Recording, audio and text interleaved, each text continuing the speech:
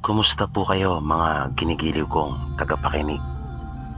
Muli po ay narito tayo para sa isa na namang kwento ng kababalagan. At tulad po ng dati ay hangad ko pong lagi na sana'y abutan po kayo ng pagtatanghal na ito na nasa mabuti pong kalagayan, ligtas sa anumang uri ng kapamakan at karamdaman.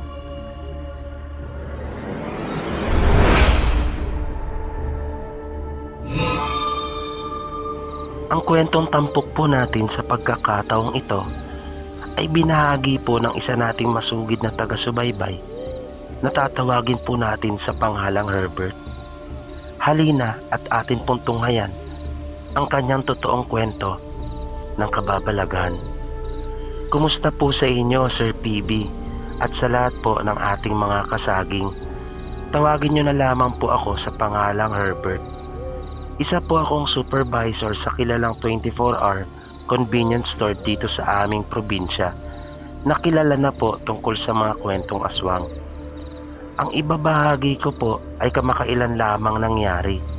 Kararating ko lamang po noon mula sa aking training.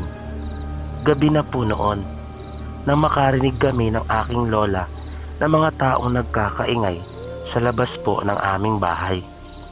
Nang matawag ang aming pansin ay lumabas na rin kami upang alamin kung ano ang dahilan ng komosyon na iyon.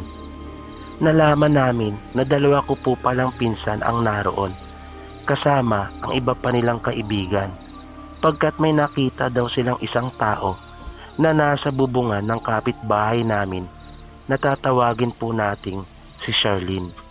Ayon po sa dalawa kong pinsan, ang kanila pong nakita ay mayroong maitim na balat na kanila pa nga daw po iyong pinagbabato at lumundag naman ito sa kabilang panig ng bahay na mabilis na naglaho, na nung mga panahon pa lang iyon ay panay na po pala ang sigaw ng kababata kong si Charlene sa loob ng kanilang bahay. Nakasama niya ng mga pagkakataon na iyon ang kanyang 16 na taong kapatid na si JM. Ngunit tila wala nakakarinig sa kanila. Kahit kami ni Lola ay wala kaming narinig na mga pagsigaw, gayong bahay namin ang pinakamalapit sa kanila. Kahit na nga halos mamaos na pala ang mga ito sa paghingi ng tulong.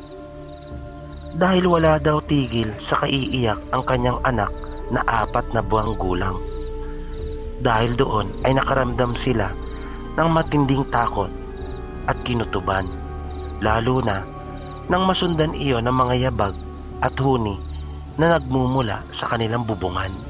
Na sinusubukan din raw lumabas ng kanyang kapatid na si JM, ngunit hindi nito mabuksan ang pinto, gayong yari lamang ito sa kawayan. Buti na lamang at napadaan ang dalawa kong pinsan kasama ang kanilang mga kaibigan mula sa panguhuli ng gagamba. At nang makita nga nila na mayroong nasa bubungan ay kanila iyong pinagbabato habang isinisigaw nila ang katagang aswang. Na sinubukan pa nga nila itong habulin, ngunit mabilis na nawala sa madilim na bahagi ng likod bahay. Kinabukasan ay nagulat sila Lola nang may dumating na bisita. Iyon daw ay si Aling Mila at ang anak nitong si Milo, na isa itong malaking tao na may pilat sa kanyang mukha. Nangamusta ang mga ito na dati rin palang taga sa amin. At si Aling Mila pala ay asawa ni Mang Banjo. Iyon kasi ang natatandaan at nakikilala ko sa kanila. Medyo napukaw ang aking interes na makinig sa kanilang usapan dahil napansin ko na tila seryoso silang lahat. Sabi ni Aling Mila ay bumisita lamang naman sila at marahil ay alam na raw ng aking lola kung ano ang dahilan. Dagdag na saad pa nito ay wala namang dapat na ipag-alala ang aking lola dahil tapat daw sila sa kanilang pangako na kahit pa nga wala na ang aking lolo ay iginagalang pa rin nila ang kanilang napagkasunduan na wala silang gagalawin sa aming pamilya. Ngunit ang mga taong nanakit at nambugbog sa kanyang anak na halos patay na raw ito ay ibang usapan daw iyon. Na halos patay ng lahat ang mga taong tinutukoy nito maliban sa tatay ng aking kababatang si Charlene. Matapos iyon ay di na ito nagtagal, nagpaalam na rin agad ang mag-ina. Na makaraan nga lamang ang ilang araw ay nabalitaan nilang namatay ang tatay ni Charlene. Nabiglaan lamang ang pagkawala nito pagkat malakas pa raw ito noong mga nakaraang araw. Nag-umpisa lamang nilang mapansin na manghina ang pangangatawan nito. Simula nang maramdaman nilang may gumagambala sa kanila tuwing gabi. Na nang kanila itong ikinonsulta sa doktor ay wala namang nakitang anumang sakit. At isang hapon nga ay bigla na lamang itong sumuka ng dugo. Humingi sila ng tulong sa mga kapitbahay upang isugod ito sa pagamutan. Na ilang kapitbahay pa nila ang nakakita sa mag-inang Mila sa tabing kalsada na masama di umano ang pagkakatitig sa ambulansya.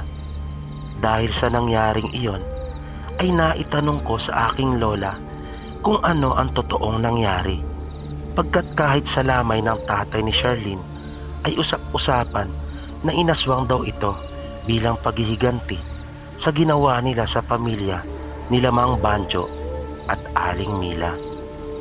Kaya ikinuwento sa akin ni Lola ang buong pangyayari. Isang hapon daw noon habang nagkakatipon ang mga kalalakihan sa bahay ng aking lolo at umiinom ng tuba, ay nalaman nila na may dumating na isang pamilya sa kanilang lugar. At sinisimulan na raw nito magtayo ng bahay malapit sa palayan. Ang aking lolo ay kinikilala at iginagalang sa aming lugar. Kilala itong matulungin at takbuhan din ito ng mga nangangailangan.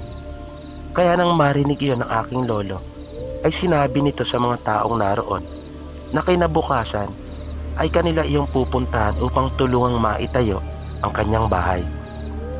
At kinabukasan nga ay pinuntahan ng aking lolo kasama ng kanyang mga kaibigan sila Mang Banjo upang tulungan.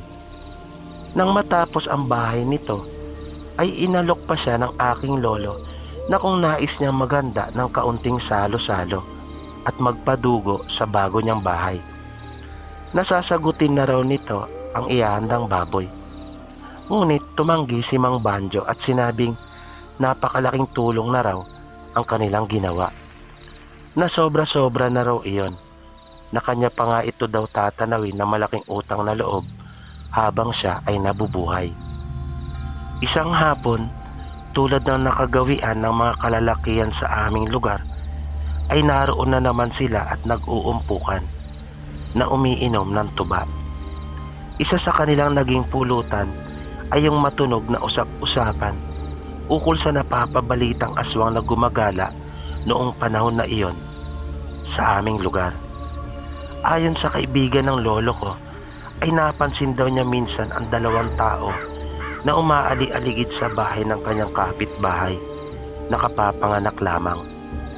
Di niya namukhaan ang mga ito pagkat nasa itasya ng puno ng nyog na mga oras na iyon dahil sa isa siyang mananggete. Ngunit kita niya na isa iyong babae at lalaki. At mula sa bintana ay nasaksihan niya kung paano kinuha ng mga ito ang bata sa duyan at pinalitan iyon ng upas ng saging na tila ba hindi ito nakikita ng ina ng sanggol. Matapos daw ang pangyayaring iyon ay dinala ng mga ito ang bata sa may puno ng kawayan at doon ay pansamantalang iniwan. Ilang sandali pa ay narinig na ng mananggete ang malakas na pag-iyak ng nanay pagkat hindi na umiimik ang bata o kahit umiiyak man lang. Naglabasan ang iba pa nilang kapitbahay.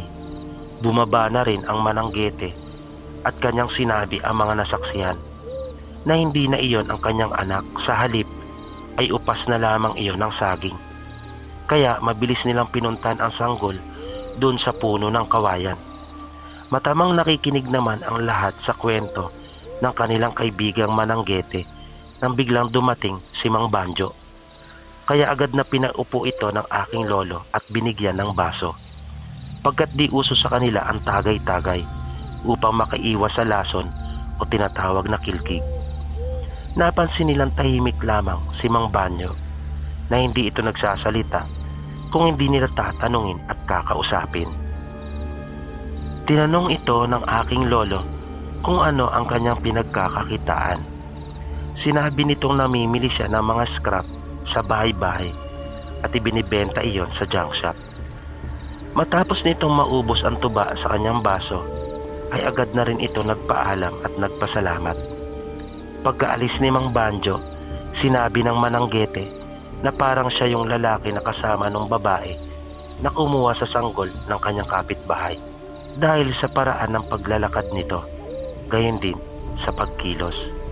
Samantala, nung mga panahon na iyon, habang patuloy sila na nag-iinuman ng tuba, sa bahay naman ng tita ko ay sumasakit na ang tiyan nito, nabuntis ng mga oras na iyon, na may naririnig silang mga kumakaluskos sa bubungan at mga nagpapaikot-ikot sa labas ng bahay, na naging maagap naman ang aking lola at kanya iyong sinabuyan ng asin. Kinabukasan ay sinabi ng aking lola ang nangyari noong nagdaang gabi sa aking lolo, na ikinagalit naman ni lolo ang balitang iyon. Nang sumunod na gabi habang nag-iinuman sila ng tuba, ay dumating sila lola na humahangos sa aming bahay at sinabing sinusumpong na naman ng pananakit ng tiyan ang aking tiyahin pagkat mayroon na namang umaali-aligid sa bahay ng mga ito. Mabilis na pumunta si lolo, dala ang flashlight at itak. Sumunod naman ang dalawa ko pang tiyuhin. Nang naroon na si lolo sa bahay ng tiyahin ko, ay nagalit ito at sumigaw ito sa labas ng bahay na sinasabing kung sino man ang naroon ay magpakita. Di nagtagal ay humupa na rin ang pananakit ng tiyan ng aking tiyahin at nawala na rin ang mga pagkaluskos.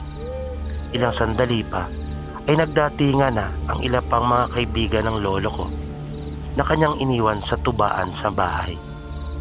At sinabi ng mga ito na kanilang nakasalubong si Mang Banjo at nagmamadali ito, na kanila pa itong tinawag ngunit nagpatuloy lamang at hindi sila pinansin, na nasabi na lamang ng aking lolo sa kanyang sarili na mga walang utang na loob. Ang buong akala nila lolo at lola ay tapos na ang panggagambala ng mga ito sa kanilang anak. Ngunit isang gabi ay muling pinuntahan si lolo sa kanilang bahay ng aking tiyuhin at sinabing sumasakit na naman ang tiyan ng kanyang asawa at mas malubha daw ito kesa ng mga nauna. Kaya nagmamadali sila lolong pumunta. Pagdating nila roon ay nagsabi ang isa ko pang tiyahin na baka kaya ganoon ang kanyang ate ay dahil sa ibinigay na kasaba ng asawa ni Mang Banjo na si Aling Mila. Nang marinig iyon ng aking lolo ay halos sumabog ito sa galit. Lumabas siya ng bahay. Narinig agad nito ang mahinang huni ng tiktik. Sinigawan niya ito at sinabing mga walang utang na loob, na matapos tulungan ay ito pa ang igaganti sa amin. Sinabi ng lolo ko na mag-unahan raw sila nito sa kanilang bahay pagkat kanya iyong susunugin. Mabilis na umalis si lolo ngunit sa halip na sa bahay ng mga ito pumunta ay doon ito dumiretso sa tulay. Inabangan niya ang mga ito roon at hindi nga siya nagkamali pagkat ilang sandali lang ay nakita na niya ang mag-anak ni Mang Banjo na may dala ng mga gamit. Hawak-hawak na ng lolo ko ang kanyang itak. Maya-maya ay dumating na rin ang dalawa ko pang tiyuhin na may mga itak na rin. Nang lalapitan na ni lolo ang mga ito ay nagmakaawa si Aling Mila at humingi ng tawad. Sinabi pa nito na kanya nang pagagalingin ang tiyahin ko at hindi na muling gagambalain pa. Isinama ni lolo ang mag-asawang Banjo at Mila sa bahay ng aking tiyahin at pinaiwan niya ang kanilang anak sa aking mga tiyuhin. Nang dumating sila sa bahay ay nakita nilang nilawayan lang iyon ni Aling Mila. Ilang sandali lang ay nawala na ang pananakit ng tiyan ng aking tiyahin. Kinausap sila ni lolo at sinabing Kakalimutan niya ang nangyari basta't wag na lamang silang bumalik pa at wag na wag nilang gagambalain pa ang aming pamilya. Sumang-ayon naman ang mga ito at sumumpa. Pagbalik nila sa tulay ay naabutan ni Lolo na sinasaktan na ng mga tambay ang anak nila Mang Banjo at Aling Mila, pagkat nalaman na pala ng mga ito ang nangyari. Kaya mabilis na inawat at sinaway ang mga ito ni Lolo, kasama na ang dalawa ko pang tsuhin na umawat. Mabilis na inagaw ni Mang Banjo ang duguan niyang anak at sinabing babalikan niya ang mga ito at gagantihan. Kaya tinitigan nitong isa-isa ang mga nanakit sa kanyang anak na nagtamo ng malaking sugat sa kanyang muka. Ngunit sinabi ng lolo ko na wag doon sa lugar namin pagkat habang nabubuhay siya ay hindi siya makakapayag na may masaktan pa silang muli sa aming sityo. At iyon nga ang dahilan kung bakit sila nagbalik na ikinamatay ng tatay ng kababata kong si Charlene, pagkat namayapa na ang aking lolo.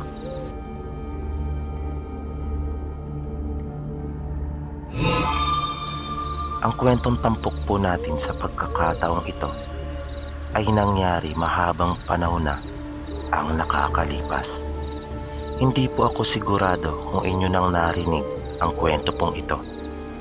Ito ay nagpasalin-salin na mula pa sa aming mga ninuno. Ito ay tungkol sa isang kilalang angkan na may lahing Kastila na naninirahan sa ating bansa noong mga panahong iyon. Pagsasalaysay pa ng aking lolo, ang angkan ng mga Kastilang ito ay ilang siglo nang namamalagi dito sa atin. Si Don Rafael ay nagmamay-ari ng isang malapad na lupain sa isang probinsya. Nag-iisa lamang ang kanilang anak at ito ay ang kanyang unika iha na si Veronica.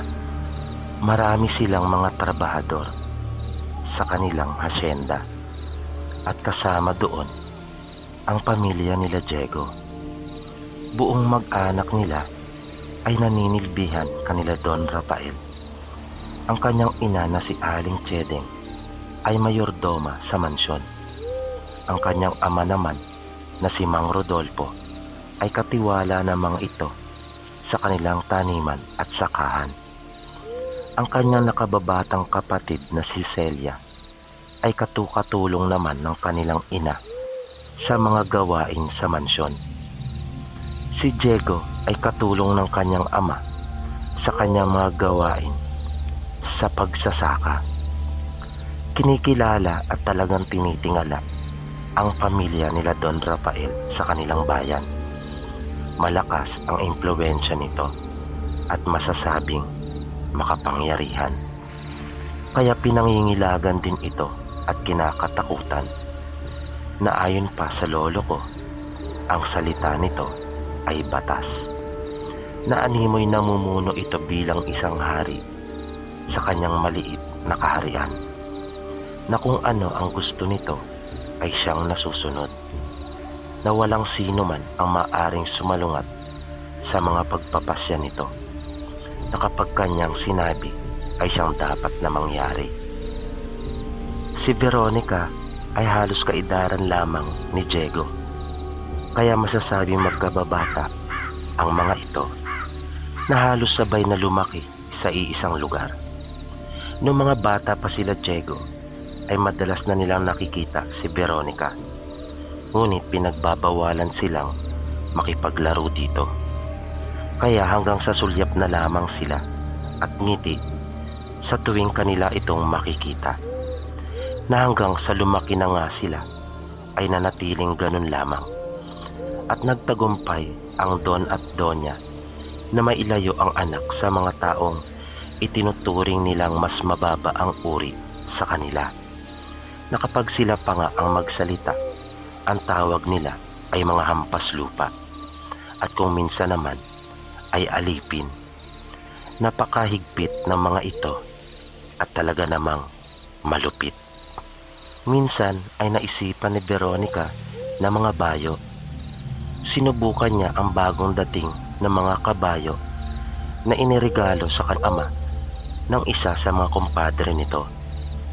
Tinulungan siya na makasakay ng isa nilang trabahador habang hawak-hawak naman ng isa pa ang tali ng kabayo. Nang makasakay na ang dalaga ay iniabot na ng trabahador ang tali sa Senyorita Veronica niya. Sa unang pagtapik pa lamang ng senyorita sa kabayo gamit ang kanyang mga paa ay bigla na itong kumaripas ng takbo at napakabilis na hindi inaasahan iyon ng dalaga. Maging ang mga trabador ay napatulala. Sa di kalayuan naman ay naroon sina Diego at ama nitong si Mang Rodolfo.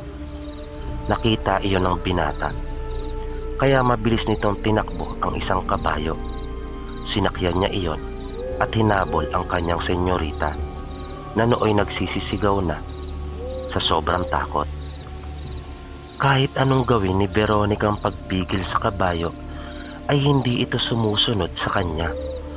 Humawak na lamang siyang mabuti upang hindi siya maihulog nito. Na magulo ang kanyang isip pagkat di niya alam kung kailan ito titigil at kung saan na siya nito dadalhin. Ilang sandali pa ay nasa likuran na niya si Diego at mabilis na lumalapit sa kanya. Sinabihan niya ang kababata na kumapit na mabuti. Nang halos makadikit na si Diego ay muli niyang sinabihan ang dalaga na kumapit ito sa buhok ng kabayo at ibigay sa kanya ang tali nito, na mabilis namang sinunod ng dalaga. Pagkaabot ni Diego sa tali ay kanya iyong hinila at pinigilan ang renda nito at sinabi ang mga kataga sa pagpapahinto ng mga kabayo. Di nagtagal ay bumagal na rin ang pagtakbo nito hanggang sa tuluyan na itong huminto. Laking pasasalamat ni Veronica sa kanyang kababatang si Diego na ang pangyayari pa lang iyon ay siyang magiging dahilan para lalo pang lumalim ang nararamdaman nilang dalawa sa isa't isa na matagal na pala nilang kinikimkim at itinatago. Lumipas ang mga araw at palihim na silang nagkikitang dalawa. Nang mapansin ng mga magulang ni Diego ang ikinikilos ng kanilang anak, ay kanila itong pinaalalahanan at sinabing wag na niyang pangarapin pa ang langit sapagkat baka ito pa ang magdala sa kanya sa impyerno. Ngunit humangga lamang iyon sa pandinig ni Diego at ipinagpatuloy pa rin ang kanyang pakikipagrelasyon sa dalaga. Isang araw ay kinausap si Diego ng kanyang ina ng masinsinan. Sinabihan itong iwanan na si Veronica. Sinabi nitong hindi sila maaaring magkatuluyan ng dalaga. Sinabi ni Diego sa ina na dahil ba raw sa kanilang estado sa buhay kaya hindi sila maaaring magkatuluyan. Sagot ng kanyang ina ay hindi lamang dahil doon. Isa lamang daw iyon sa napakaraming dahilan kung bakit hindi sila maaari magkatuluyan ni Veronica. Na magpumilit si Diego na alamin kung ano pa ang ibang dahilan, ay ipinagtapat na ni Aling Cheding sa anak ang tungkol sa lihim ng pamilya nila Veronica. Sinabi nitong may lahing aswang ang mga ito, na ito ay nanginginain at dumidepende sa mga sariwang karne at dugo ng hayop. Pagtatapat pa ni Aling Cheding sa anak na may ilan na ring pagkakataon na nasaksihan niya ang mga ito na kumain na rin ng tao. Dagdag pa ng ina, mula pa sa ninuno ni Don Rafael, nagmula ang lihim nilang iyon. Ngunit iilan na lamang sa mga taga roon sa kanila ang nakakaalam pagkat nailihim nila ito ng mabuti. Na noong panahon pa nga na nabubuhay pa ang lolo ni Don Rafael ay laganap ang pagkawala at pagkamatay ng mga tao sa kanilang lugar at naging bantog ang namayapang don na iyon na isang mabangis na aswang. Kaya sabi pa ni Aling Cheding, kung pinapahalagahan ni Diego ang kanyang buhay ay umiwas na siya sa dalaga at kung mahal din daw nito sila ay susunod ito sa kanyang pagpapayo. Ngunit tila masidhi ang pagnanais niya na makasama ang dalaga habang buhay. Pagkat kinagabihan ng araw ding iyon ay muli silang nagkita ng kanyang kasintahang si Veronica sa kanilang tagpuan. At dala ng matinding pag-ibig at pagnanasa, dala ng kapusukan, ay ginagawa na rin nila ang bagay na dapat ay mag-asawa lamang ang gumagawa. Nang nasa bahay na si Diego, ay naramdaman niyang tila may kakaiba sa kanya. Nagsimula na siya maglaway at tila napakainit ng kanyang pakiramdam. Sa takot na malaman iyon ng kanyang mga magulang, ay pilit niyang itinago at inilihim iyon. Nagpatuloy ang kanilang pagkikita ni Veronica. Halos gabi-gabi ay nagtatagpo sila. Isang gabi ay nagulat si Diego nang makarinig siya ng tinig na tila humahangos sa likurang bahagi ng maliit na kubo na kanyang ginawa sa kanilang tagpuan. Unti-unti siyang lumapit at inalam kung ano iyon. Nagulat siya sa kanyang nakita, si Veronica, na animoy mabangis na hayop ito na may nilalapang kambing. Halos hindi siya makapaniwala sa kanyang nasaksihan. Ngunit hindi siya nakaramdam ng kahit kaunting pandidiri dito, kahit pa sa mga dugong nagkalat at tumitilamsik mula sa kaawa-awang hayop na nilalantakan ng kanyang kasintahan. Na sa halip na lumayo, ay nagmamadali siyang lumapit dito at mabilis na isinubsob ang kanyang mukha at sinipsip ang dugo ng hayop. Pinagtulungan nilang dalawa na kainin iyon. Nang makatapos na sila at malinis na nila ang kanilang mga sarili, habang nakahigang magkayakap sa kubo, ay biglang bumungad sa kanilang harapan si Don Rafael. Kaya napabalikwas agad silang dalawa sa kanilang pagkabigla. May mga kasama ito. Mabilis na hinawakan nila si Diego at kinaladkad papunta ng mansyon. Nang naroon na ito sa mansyon, ay walang awa itong pinahirapan at binugbog ng mga tauhan ni Don Rafael habang nanonood ang buong mag-anak nito, kasama na si Veronica, na wala ng tigil sa kaiiyak at nagmamakaawa sa kanyang ama. Sinabi nito, nakauri na nila si Diego, ngunit mas lalo iyong ikinagalit ni Don Rafael. Bakit raw nito binahaginan pa ng kanilang lihim na matagal na panahon nilang iningatan, at sa taong kinasusuklaman pa niya ito ipinagkaloob. Ang mga tauhan naman ng Don ay takam na rin sa mga umaagos na dugo mula sa binata. Ngunit nagpipigil pagkat hindi nila nanaisin na mapagbalingan ang kanilang pinuno. Minsan pa nakiusap si Veronica sa kanyang ama at sinabing kung mahal niya ito at mahalaga siya dito, ay bibigyan pa niya ng kahit kaunting pag-asa ang binata at siya ay magiging patas. Panandali ang natahimik ang Don at nag-isip. Ilang sandali pa ay nagsalita ito. Sinabi nitong pagbibigyan niya ang kahilingan ng kanyang nag-iisang anak sapagkat mahal na mahal niya ito. Sinabi ni Don Rafael na kanyang pararaanin sa pagsubok si Diego. Matama namang nakikinig ang lahat habang ipinapaliwanag ng Don ang kondisyon ng kanyang pagsubok. Pagpapatuloy ni Don Rafael ay maglalagay siya ng 2 itlog ng manok sa loob ng isang banga. Nakatamtaman lamang ang laki. Ang isa ay kukulayan niya ng itim at ang isa naman ay mananatiling puti ang kulay. Kukuha at pipili si Diego ng isa na nasa loob ng hindi tumitingin. At kapag ang nakuha niya ay puti, mabubuhay ito. Ngunit kapag ang kanyang nakuha ay itim, ay tutuluyan na nila itong papatayin. Tututol pa sana si Veronica at lalapitan ng ama, ngunit nagpatuloy si Don Rafael. Dagdag nito ay malaya na raw sila sa kanilang pagmamahalan at kanya pa silang ipakakasal kapag puti ang napili ni Diego. Bilang panghuli ay sinabi ng Don na maliban daw roon ay wala nang ibang paraan pa, kaya pumayag na rin si Veronica. Kaya inutusan ng Don ang kanyang mga tauhan upang ibalita ang gagawing pagsubok na iyon sa lahat ng tao sa kanilang lugar. Nang makarating naman ito sa mag-anak ni Diego ay wala silang magawa pagkat lumabag ang kanilang anak sa batas ng Don.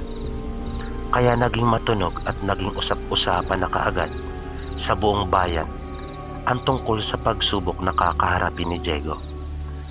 Ngunit sadyang tuso si Don Rafael na hindi talaga niya papayagang makasal ang kanyang anak sa katulad ni Diego at nais niyang mamatay talaga ito. Kaya lingid sa kaalaman ng lahat ay kinulayan niyang pareho ang dalawang itlog ng itim bago niya iyon inilagay sa banga upang sigurado ang pagkabigo ni Diego, nang sa ganon ay mapatay na nila ito at nang hindi makasal ang kanyang anak dito. Nang sumapit na ang araw ng pagsubok ay natipon ang lahat ng tao sa kanilang lugar sa harapan ng mansyon. Nakapaikot na lahat sila. Naroon na ang banga na naglalaman ng itlog at may isang tao roon na nakatayo na siya magsisilbing tagapagpasya at hahatol. Sa likuran naman noon ay naroon si Don Rafael at asawa nito, pati na rin si Veronica. Minsan pang ipinaalaala ni Don Rafael ang kondisyon ng pagsubok. Nang halos naroon na ang lahat at tahimik na, ay inilabas na nila si Diego, na nang makita siya ng kanyang mga magulang at kapatid ay napaiyak ang mga ito, na nasambit pa ni Aling Chedeng na hindi siya nagkulang ng paalala sa kanyang anak. Nais na niya sanang sabihin sa Don na anak niya si Diego, na ito ang bunga ng ginawa nitong panggagahasa sa kanya, na isa rin yung dahilan kung bakit hindi sila maaring magkatuluyan ni Veronica pagkat kapatid niya ito sa ama, na mayroon din talaga itong dugong aswang na nananalaytay sa kanyang mga ugat. Ngunit wala siyang lakas ng loob, na naisip niyang baka pagbintangan pa siya na ambisyosa at gumagawa lamang ng kwento, na natakot siyang baka pati ang kanyang asawa at bunsong anak na si Celia ay madamay pa. Kaya mas pinili na lamang niyang manahimik ng mga pagkakataon na iyon at tinanggap na lamang ang mga mangyayari habang dahan-dahang lumalapit ang dugoang si Diego sa lamisitang naroon sa gitna kung saan nakapatong ang banga. Ay naisip niyang hindi palalampasin ni Don Rafael ang kanyang kalapastanganang iyon, na para sa kanya ay sisiguraduhin nito na mamamatay siya, na sa loob niya ay kailangan niyang malampasan ang pagsubok na iyon, na kailangan niyang makaisip ng paraan. At nang dumating na nga ang takdang oras, nang naroon na siya sa tabi ng banga, ay sinabihan na siya na kumuha na at pumili ng isa. Halos hindi naman na humihinga ang lahat ng taong naroon nang dahan-dahan ang ipasok ni Diego ang kanyang kamay sa banga, habang iniikot niya ang kanyang mga paningin sa mga tao, pagkat baka iyon na ang huling pagkakataon na masisilahin niya ang muka ng mga ito. Di niya inalis ang kanyang paningin sa kanyang mag-anak nang matapat dito, habang iniaangat niya unti-unti ang kanyang kamay mula sa banga. Ilang sandali pa ay nagsigawan ang halos lahat ng taong naroon sa sobrang saya, maliban kay Don Rafael at sa mga tauhan nito, na halos walang mapagsidlan sa tuwa ang mga magulang at kapatid niya sa kasiyahan, lalong-lalo na si Veronica na napatakbo pa kay Diego at mahigpit na napayakap sa kanya. Nalabag man sana iyon sa kanyang inang si Aling Chedeng, ay hinayaan na lamang niya ito pagkat di niya matutumbasan ang saya na kanyang nakikita sa dalawang pusong nagmamahalan.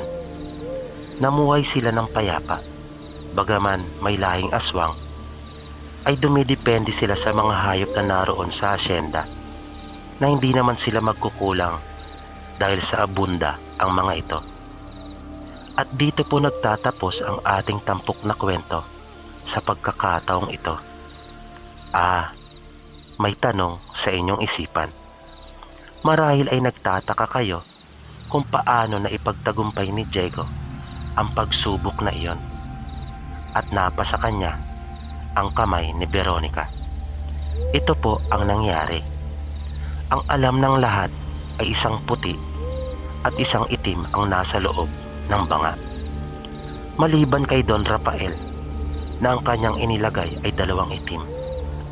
Nang makapili at kumuha na nga si Diego, ay kanya iyong kinumkum sa kamay at hindi ipinakita. Sa halip, sinabihan niya ang tagahatol at nagbabantay doon na kanyang ibuhos ang natitirang laman ng banga sa kanyang mga kamay. At dahil nga sa dalawang itim ang inilagay ng Don sa banga, natural, itim ang lumabas. At dahil sa itim ang lumabas mula sa banga, sa makatuwid sa isip ng mga tao ay kulay puti ang hawak-hawak ni Diego. Kaya agad silang nagsigawan at natuwa sa sobrang galak. Maliban kay Don Rafael na hindi naman niya magawang makapagreklamo at protesta pagkat malalaman ng lahat na nandaya siya at lubha niya iyong ikapapahiya.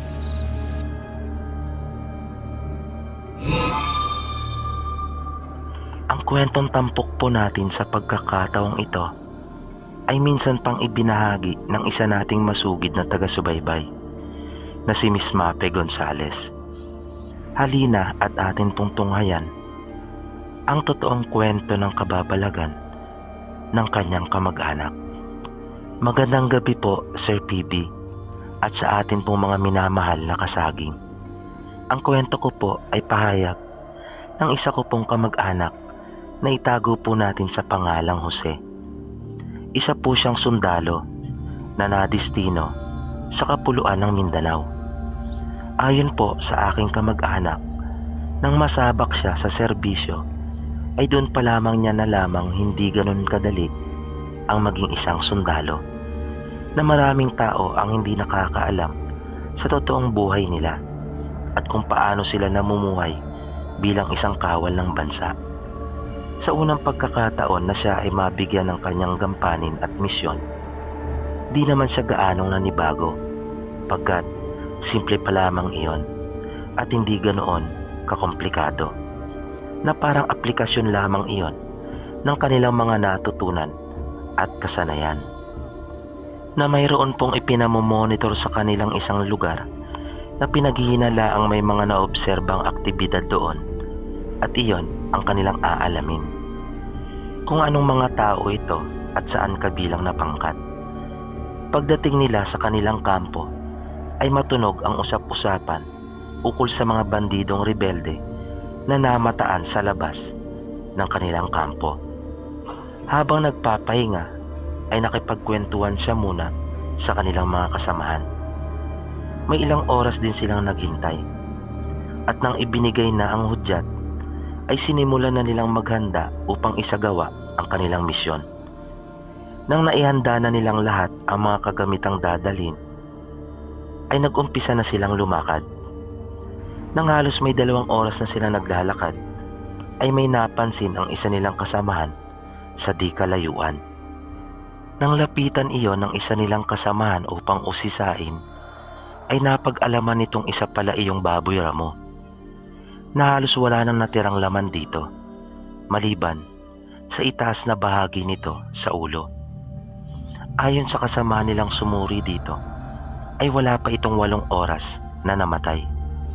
At kapansin-pansin para sa kanila ang mga bakas ng hiwa dito na masasabi mong matalim na bagay iyon, ngunit hindi katulad sa patalim o itak pagkat hindi malinis ang mga hiwa nito. Kaya nasabi ng isa sa kanila na mayroon pa pala mga mababangis na hayop na maaaring namumuhay sa lugar. At naisip nilang hindi pangkaraniwan ang laki nito dahil sa malaki rin ang baboy ramo na pinatay at kinain nito. Kahit na mga armado sila dahil sa kanilang nasaksihan, ay naisip nilang hindi sila maaaring magpakakampante pagkat hindi biro ang nilalang na iyon kung sakaling kanila iyong makasalubong, pagkat nakakasiguro silang luba itong mabilis at malakas para maabutan niya at mapatay ang ganong kalaking baboy ramo.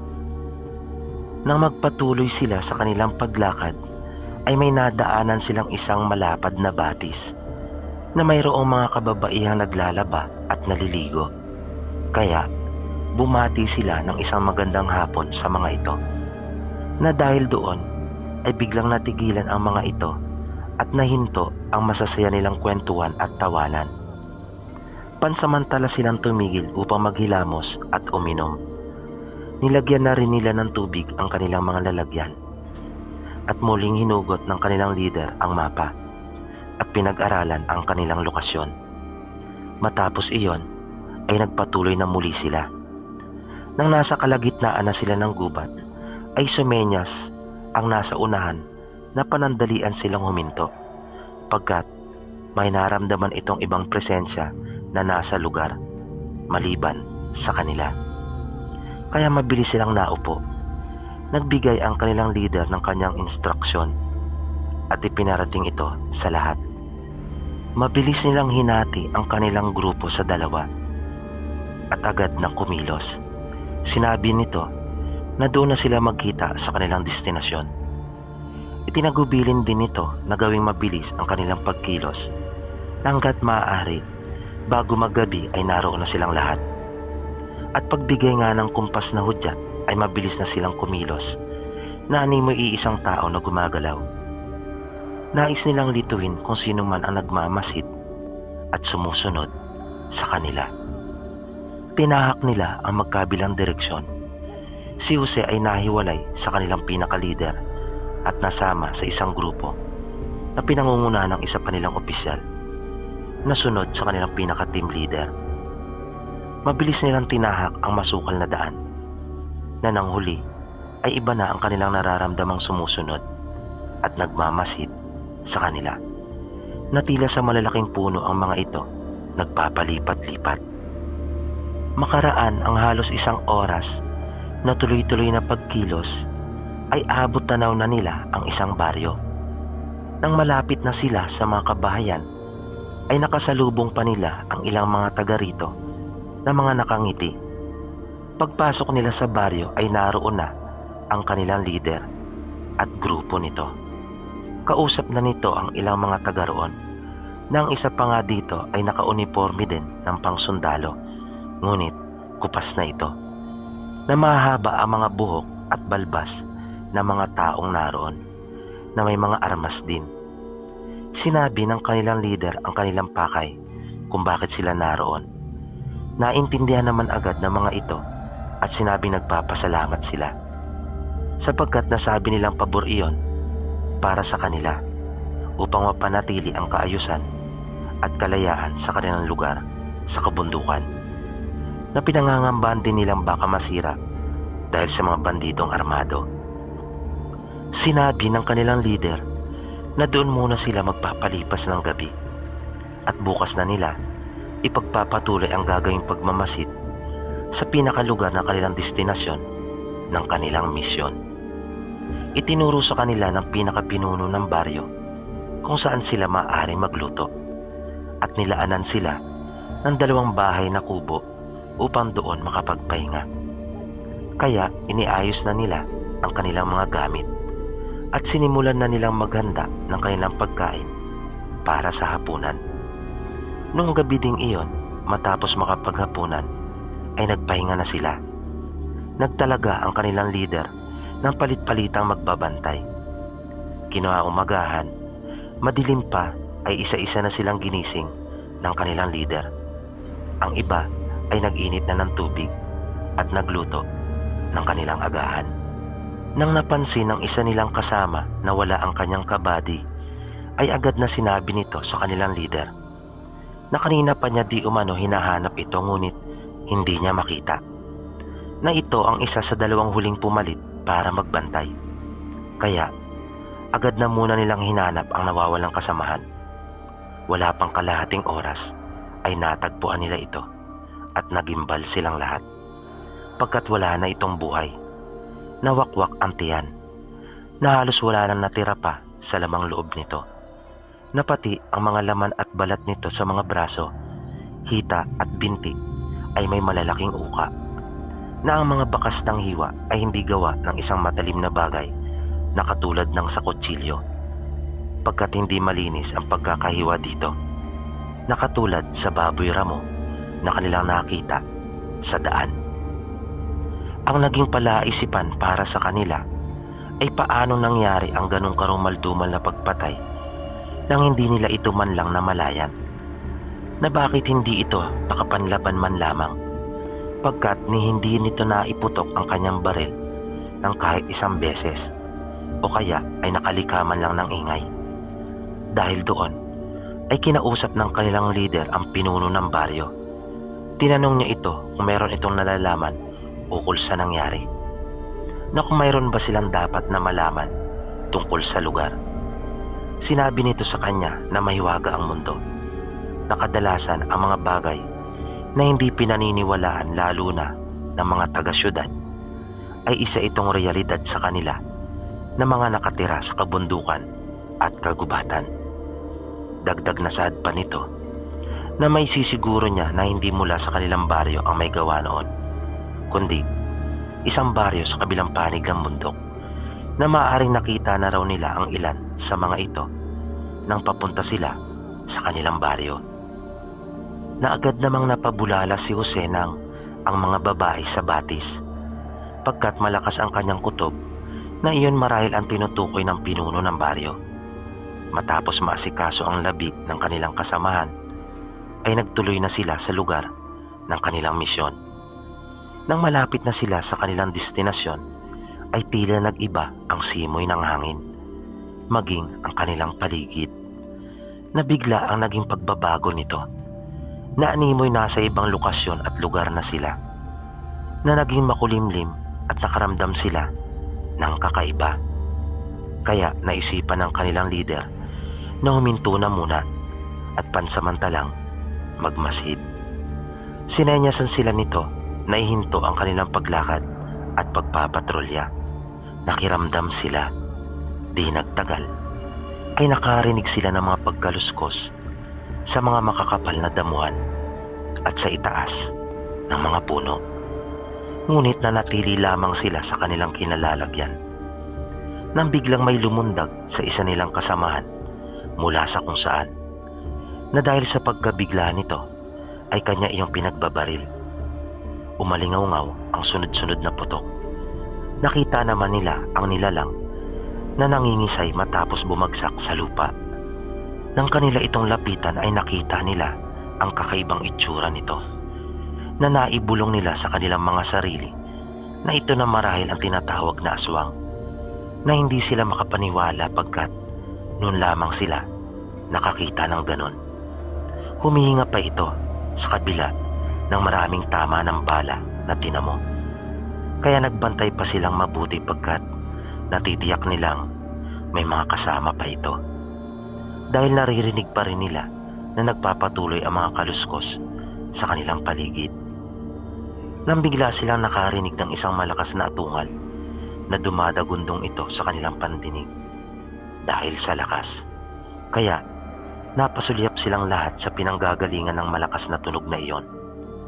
At bigla na lamang nilang nakitang tumatakbo na ng mabilis at tumatakas ng palayo ang kanina'y nakahandusay na aswang na tinamaan ng kanilang kasamahan, na parang walang nangyari. Dahil sa kanilang nasaksiyan ay nag-alala ang leader nila Jose para sa kapakanan ng kanyang mga kasamahan, Ngunit malapit na sila sa lugar na kanilang misyon. Kaya sinabi ng kanilang leader na sila ay magpapatuloy. Kaya binilinan niya sila na mas maging alerto. Si Jose ng mga pagkakataon na iyon ay abot-abot na ang kabang nararamdaman pagkat hindi niya iyon inaasahan na kahit isa sa kanila ay hindi napagdaanan iyon sa kanilang mga pagsasanay. Ngunit naalala niya ang payo sa kanya ng mga magulang na kapag nasa anumang uri ng panganib ay manalangin pagkat iyon ang pinakamabisa sa lahat. Kaya habang dahan-dahan sila naglalakad palapit sa kanilang destinasyon ay umuusal siya ng panalangin. Di nagtagal ay namataan nila ang ilang mga kabayan, kaya nagmamadali nila iyong tinungo.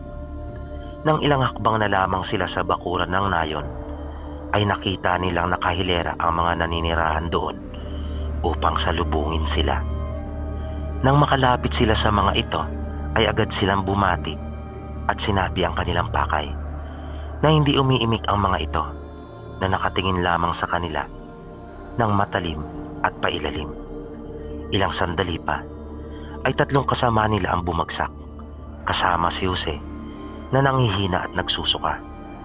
Dahil doon ay nagulat sila at akmang papuputukan na ang mga ito, kaya agad silang pinigilan ng kanilang leader. Ngunit ang isa nilang kasama ay mabilis nang nakalabit ang gatilyo ng kanyang baril. Ngunit sa pagkakataong iyon ay hindi pumutok. Nagsalita ang pinuno ng tribo na walang silbi ang kanilang mga baril sa kanya. Kaya muling inulit ng kanilang leader sa mga taga roon na wala silang masamang intensyon at misyon lamang nila na alamin kung may mga bandidong aktibong gumagala sa kanilang lugar. Sumenyas ang pinakapinuno ng baryo na inilahad nito ang kanyang kamay at pinatuloy sila. Inalalayan nila na makatayo ang kanilang mga kasama na lalo silang nasindak pagkat may mga butlig at bukol ng tumutubo sa mga balat ng mga ito na namumutla na at tila nahihirapang huminga. Sinabi ng pinuno na dalhin sila sa kubo upang sila ay magamot.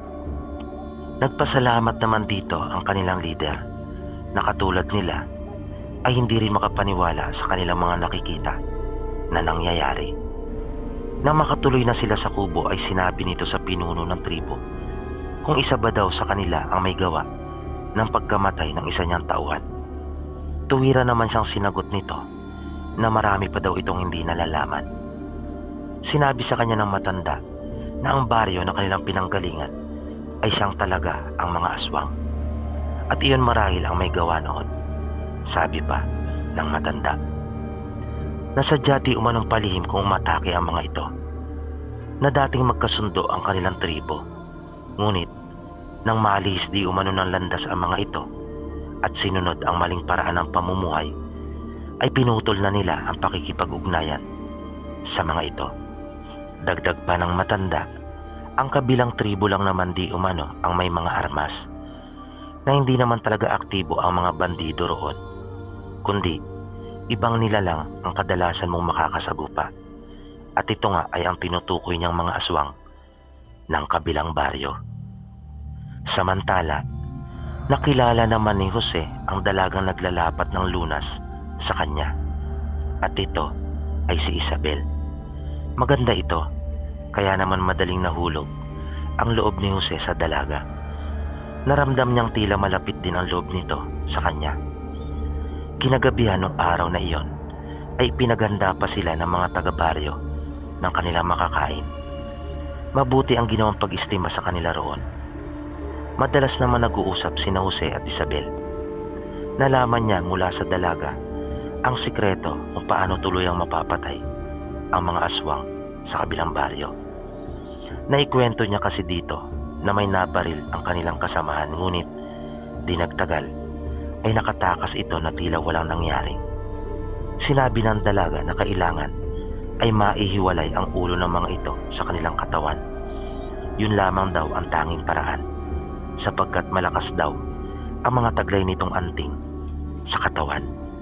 Nang sumunod na araw nang mabuti na ang pakiramdam nila Jose at dalawang kasama nito, ay nagpaalam na sila sa mga taga roon at nagpasalamat sila, lalo na sa pinakapinuno ng baryo. Mabigat naman ang loob ni Jose na lisanin ang lugar pagkat nahulog ang loob niya sa dalaga. Nang naglalakad na silang pabalik sa kanilang kampo, habang nasa daan sa gitna ng kagubatan, ay bigla na lamang silang nakarinig ng mga sunod-sunod na putok. Tinamaan agad ang 4 sa kanilang kasama at mabilis na bumagsak sa lupa. Ang iba naman sa kanila ay agad na dumapa at gumanti ng putok. Umatras sila na gumagapang habang inihila ang kanilang makasamang sugatan. Ngunit mabilis na lumalapit ang mga kalaban. Agad nilang naaninagan ang mga taong may armas sa unang baryo na kanilang pinuntahan. At totoo nga ang sinabi ng matanda tungkol sa mga iyon, pagkat iba na ang itsura ng mga ito na lubang nakakasindak at nakakatakot, na may mga kababaihan din silang kasama, na tila hindi iniinda ng mga ito ang kanilang ginagawang pagganti ng pagputok, na parang sinasalubong pa ang kanilang mga bala, na hindi man lang umiilag bagkus diretso na papunta sa kanilang direksyon. Nagkanya-kanya sila ng pwesto. Gumanti sila ng putok upang mapigilan ang tuluyang paglapit ng mga ito sa kanila. Ngunit patuloy lang ang mga ito. Samantala si Jose ay nakahiga sa lupa na kahit may tama na ay panay pa rin ang kanyang pagpapaputok. Nang bigla siyang nagulat pagkat mula sa kawalan ay mabilis na sumaklolo sa kanya si Isabel, na nasa tabi na niya ito at sinusubukan nitong gamutin at pilit na pinapaampat ang dugo sa kanyang sugat. Nang biglang sunod-sunod na putok na naman ang pumailan lang at nakita ni Jose na bumagsak sa lupa si Isabel sa tabi niya. Kaya nakita niya sa likod ni Isabel na kasamahan pala niya ang bumaril dito pagkat inakalang kasama ito ng mga umaatake sa kanila, na inisip nitong nilalapa na siya dahil na rin sa itsura nito. Halos naghihingalo itong nakatitig sa kanya, na bigla namang tumulo ang luha ni Jose at humingi siya ng tawa dito. Pasusundan pa sana ng kanyang kasama at muling papuputukan si Isabel. Ngunit sa natitira niyang lakas ay sinabi niyang wag at pinigilan niya ito. Ayaw niya sanang iwan si Isabel, ngunit pinagtulungan na siyang buhatin ng kanyang mga kasama at tuluyan na silang lumayo sa lugar, na nakita rin niyang tumulo ang luha sa mga mata ni Isabel at naintindihan niya ang mga katagang sinabi nito nang bumuka ang mga labi na sinasabing mag-ingat siya at wag na siya nitong alalahanin. Iyon ang huling tagpo na naalala ni Jose pagkat nang muli siya nagkamalay ay nasa ospital na siya at kasama niya sa isang maliit na kwarto ang mga kasamang nasugatan sa engkwentro. Matagal ding namalagi si Jose sa paggamutan. Bawat araw na naroon siya ay walang sandali na hindi niya naaalala si Isabel, na lubha siyang nalulungkot pagkat mahal na niya ang dalaga, na wala siyang ibang hinihiling at pinapangarap kundi ang muli niya sana itong makita at kung maaari ay makasama. Nang tuluyan nang gumaling si Jose ay minabuti niyang mag-file na muna ng leave, hindi upang umuwi sa kanila kundi bumalik sa bundok at upang hanapin ang baryo nila Isabel sa gubat, na kahit alam niyang ito ay may lahing aswang pagkat ampun lamang ito sa baryo na kanyang kinabibilangan, at ito ay mula talaga sa lahi ng kabilang baryo ng mga aswang, na kanya pa rin itong nais na makatuluyan at makasama habang buhay. Ngunit sa di inaasahang pagkakataon ay nakita niya ito nang minsan nagpunta siya sa bayan, na halos hindi siya makapaniwala na matagal silang nagkatitigan, na hindi nila kapwa maalis ang kanilang pagkakatitig sa isa't isa, na nasabi ni Joseng sadyang napakahiwaga ng buhay. At ngayon nga masaya na silang namumuhay na magkasama at nabiyayaan ng 3 anak, na nakawala na rin si Isabel mula sa kanyang sumpa. At dito po nagtatapos ang kwentong itinampok natin para sa araw na ito. Muli, sana po ay inyong nagustuhan at naway patuloy niyo pang subaybayan ang mga susunod pa po nating kwento dito lamang sa Mga Totoong Kwento ng Kababalagan. Maraming salamat po at hanggang sa muli.